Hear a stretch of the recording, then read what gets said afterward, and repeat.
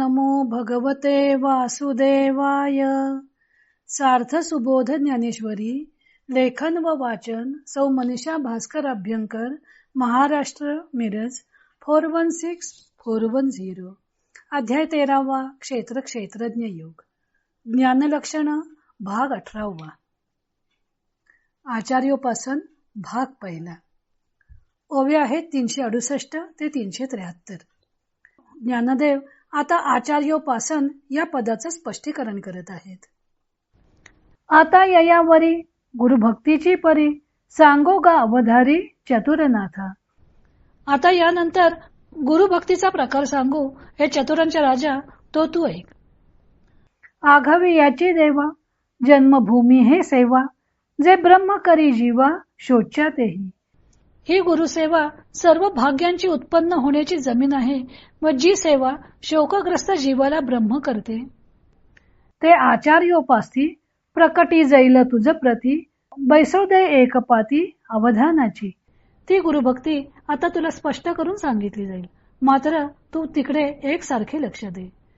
तरी सकळ जळ समृद्धी, घेऊन गंगा निघाली उदरी, की श्रुती हे महापदी पैथी जाहली. तरी सर्व जलसंपत्ती घेऊन गंगा ही जशी समुद्रात प्रवेश करते, अथवा वेद जसे ब्रह्मपदात प्रविष्ट होतात. नाना वेटाळूनी जीविते, गुणागुण उखिते, प्राणनाथा उचिते दिधले प्रिया. अथवा आपल्या जीवासह व आपल्या आमच्या गुणा व गुणांसह सरसकट आपल्या स्वतःला पतिव्रतेने उत्तम प्रकाराने आपले पतीस दिले. तैसे सबाह्य आपुले, जैने कुरुकुळी वोपिले, आपण पे केले भक्तीचे घर.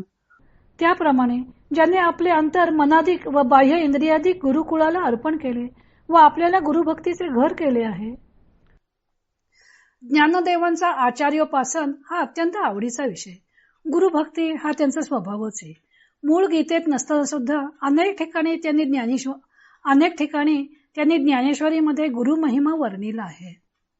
आता तर गीतेमध्ये आचार्योपासन भगवंतांनी स्वतःच ज्ञानाचं लक्षण म्हणून सांगितलं आहे. तेव्हा ज्ञानदेवांच्या वाणीला अतिशय बहर न आला तरच नवल. त्यावर व्याख्यान करण्याच्या ओघात त्यांनी या पदावर 90 ओव्या लिहिलेले आहेत व त्यात गुरुपासनेचे संपूर्ण रहस्य प्रकट केलेले आहे. आत्मस्वरूपाची भेट प्राप्त करून घेण्याचा मार्ग म्हणजे श्री गुरूंची कृपा. परमात्म्याची भेट करून देण्याचं सामर्थ्य श्री गुरूंमध्ये आहे. 3ऱ्या अध्यायात त्यांनी म्हटलं होतं, तै गुरु शिष्याची गोठी, पदपिंडाची गाठी, तेथे स्थिर राहोनी नुठी कवणे काळी. पद आणि पिंड यांची एकदा का गुरूंच्या कृपेमुळे गाठ पडली की शिष्य आत्मपदी स्थिर होतो. एकाच गुरूंचे असंख्य शिष्य असतात, सगळ्यांनाच काही आत्मदर्शन होत नाही. त्यासाठी गुरु आणि शिष्य यांची भेट झाली तरी शिष्याचा मनोभाव कसा असेल त्यावर सर्व काही अवलंबून असतं. म्हणून शिष्याने गुरूंशी वागणूक कशी ठेवावी, त्यांना संपूर्ण समर्पण भावानं कसं शरण जावं याचं दिग्दर्शन ज्ञानदेवांनी येथे केलेलं आहे व त्यातून त्यांची स्वतःची गुरुभक्ती सुद्धा प्रकट झालेली आहे. प्रथम त्यांनी गुरुभक्तीचं फळ एका ओवीत सांगितलं आहे, जे ब्रह्म करी जीवा शोच्या तेही. शोकाग्रस्त जीवाला ती ब्रह्मस्वरूप करते. अशी ही गुरुभक्ती सर्व भाग्यांची जन्मभूमी आहे. ब्रह्मैव गुरुरूपे नावतिष्ठते अशी स्मृती आहे. जीवाचा उद्धार करण्यासाठी ब्रह्मच गुरुरूप धारण करून अवतीर्ण होतं. त्यामुळे गुरु आणि परब्रह्म यात काहीही अंतर राहत नाही. त्यामुळे श्री गुरूंची सेवा म्हणजे प्रत्यक्ष परब्रह्माचीच सेवा आहे आणि या सेवेमुळे जीवाला निरहंकार स्थिती प्राप्त होते व जीव पूर्ण ब्रह्मस्वरूप होतो. हे आत्यंतिक सौख्य जीवाला लाभत असल्यामुळं ज्ञानदेवांनी त्याला सर्व सुखांची जन्मभूमी असं म्हटलेलं आहे. भगवंतांच्या मुखाने ज्ञानदेव आचार्योपास्ती स्पष्ट करणार आहेत. म्हणून भगवंत अर्जुनाला प्रथम आपल्या व्याख्यानाकडे संपूर्ण लक्ष द्यायला सांगत आहेत. सद्गुरूंची भेट झाली की त्यांना सर्व भावे सर्वस्वाचं अर्पण करायला हवं. हे समर्पण स्पष्ट करण्यासाठी त्यांनी गंगा, वेद आणि पतिव्रता असे 3 दृष्टांत दिलेले आहेत. गंगा आपली सारी जलसंपत्ती समुद्राला अर्पण करते. थोडेसे पाणी पण वेगळे ठेवत नाही.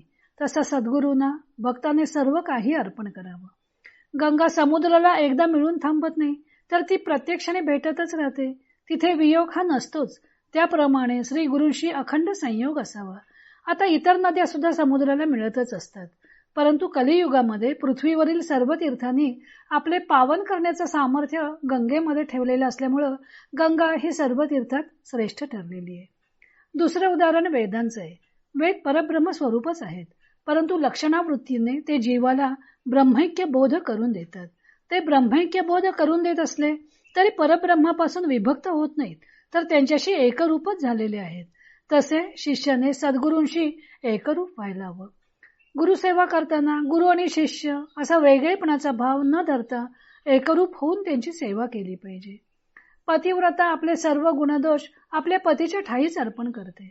परमात्मा त्रिगुणातीत आहे. त्याच्याशी समरस ऐक्य प्राप्त होण्यासाठी साधकानेही त्रिगुणातीत व्हायला हवं. अज्ञान दशेत जीवावर रजोगुण आणि तमोगुण यांचा प्रभाव असतो. रजोगुणामुळे विषयासक्ती निर्माण होते, तर तमोगुणामुळे निद्रा, आलस्य वगैरे दोष उत्पन्न होतात. गुरुभक्तीला सादर झाल्यावर या दोन गुणांचा प्रभाव कमी होऊन सत्वगुणाचा प्रभाव वाढतो. या सत्वगुणाच्या बंधनातून सुद्धा जेव्हा साधक सुटतो तेव्हा तो त्रिगुणातीत होतो. त्यासाठी सर्व गुणावगुण श्री गुरूंना अर्पण करणे हाच एक मार्ग आहे. हे ज्ञानदेवाने पतिव्रतेच्या दृष्टांतातून स्पष्ट केलेले आहे. अशा प्रकारे शिष्याने सबाह्यांतर सद्गुरूस अर्पण करून गुरुभक्तीचं घर होऊन राहिलं पाहिजे. आता अशी स्थिती कशी प्राप्त होईल त्याचे दिग्दर्शन ज्ञानदेवानी पुढे केलेलं आहे. तो भाग आपण उद्या पाहू.